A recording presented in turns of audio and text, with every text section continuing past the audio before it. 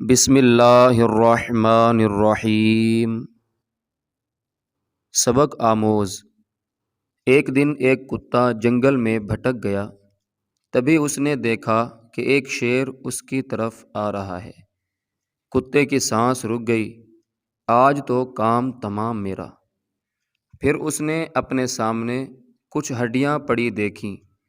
وہ آتے ہوئے شیر کی طرف پیٹھ کر کے بیٹھ گیا اور ایک سوکھی ہڈی کو چوسنے لگا اور زور زور سے بولنے لگا، واہ، شیر کو کھانے کا مزہ ہی کچھ اور ہے، ایک اور مل جائے تو پوری دعوت ہو جائے۔ اور اس نے زور سے ڈکار ماری۔ اس بار شیر سوچ میں پڑ گیا۔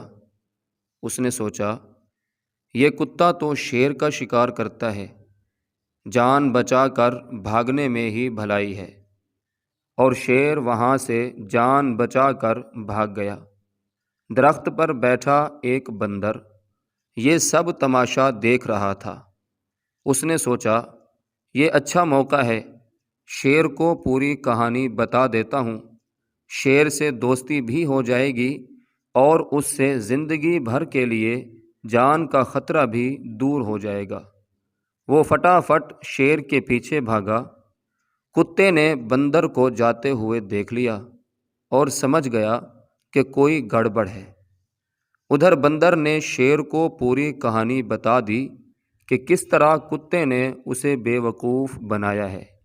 شیر زور سے دھاڑا، چل میرے ساتھ، ابھی اس کا قلا قمع کرتا ہوں۔